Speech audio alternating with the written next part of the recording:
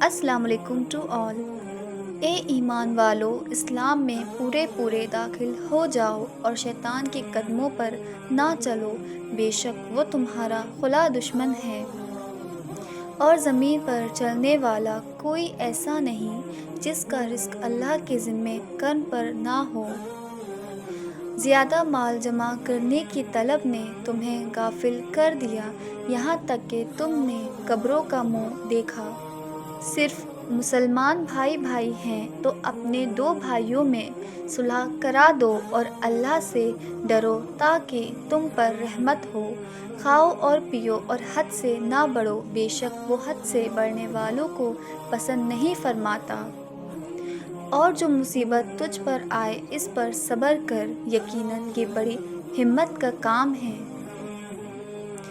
اے ہمارے رب، ہم پر وہ بوجھ نہ ڈالنا جس کی ہم میں طاقت نہ ہو۔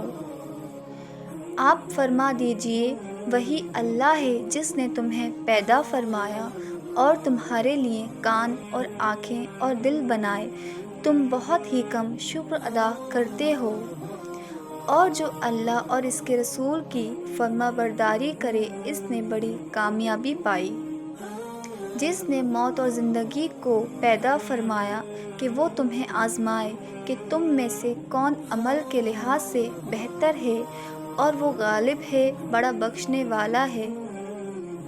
بڑی شان ہے اس ذات کی جس کے ہاتھ میں ساری بادشاہی ہے اور وہ ہر چیز پر پوری طرح قادر ہے۔ جب وہ کسی شے کا ارادہ کر لیتا ہے تو اسے کہتا ہے ہو جا، اور وہ ہو جاتی ہے۔ پاک ہے آپ کا رب جو بڑی عزت والا ہے ہر اس چیز سے جو مشرک بیان کرتے ہیں۔ جو لوگ بن دیکھے اپنے رب سے ڈرتے ہیں تو ان کے لیے بخشش اور بڑا اجر ہے۔ تم اللہ تعالیٰ سے استغفار کیوں نہیں کرتے تاکہ تم پر رحم کیا جائے؟ اور ہم نے انسان کو حکم دیا کہ وہ اپنے والدین کے ساتھ اچھا سلوک کرے۔ اے ہمارے پروردگار، ہمارے لیے نور کو پورا کر دے اور ہماری مغفرت فرما دے، یقیناً تو ہر چیز پر قادر ہے۔ اے ایمان والو، اپنے صدقے کو ضائع نہ کرو، احسان جتا کر اور تکلیف پہنچا کر۔ اور تمہارے لیے اللہ کے سوا نہ کوئی حمایتی ہے اور نہ مددگار۔ بس تم اپنی پاکیزگی کے دعوے نہ کرو، وہ خوب جانتا ہے کون متقی ہے۔ اس بات کو آپ نے اپنی آنے والی زندگی کے لیے سمجھ لینا ہے اور دل میں بٹھا لینا ہے کہ آپ پر کوئی مصیبت نہیں آتی اگر اللہ کی اجازت نہ ہو، آپ کو کوئی مصیبت نہیں دے سکتا اگر اللہ اس کو روک لے۔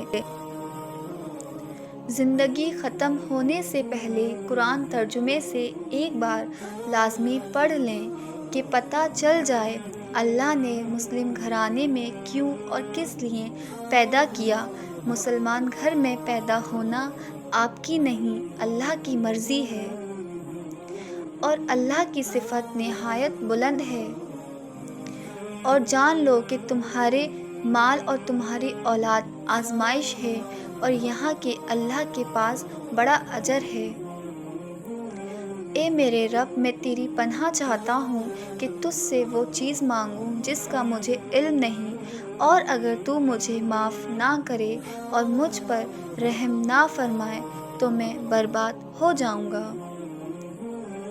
Thanks for watching. If you like my video, so like, share and subscribe. Until next time, Allah Hafiz.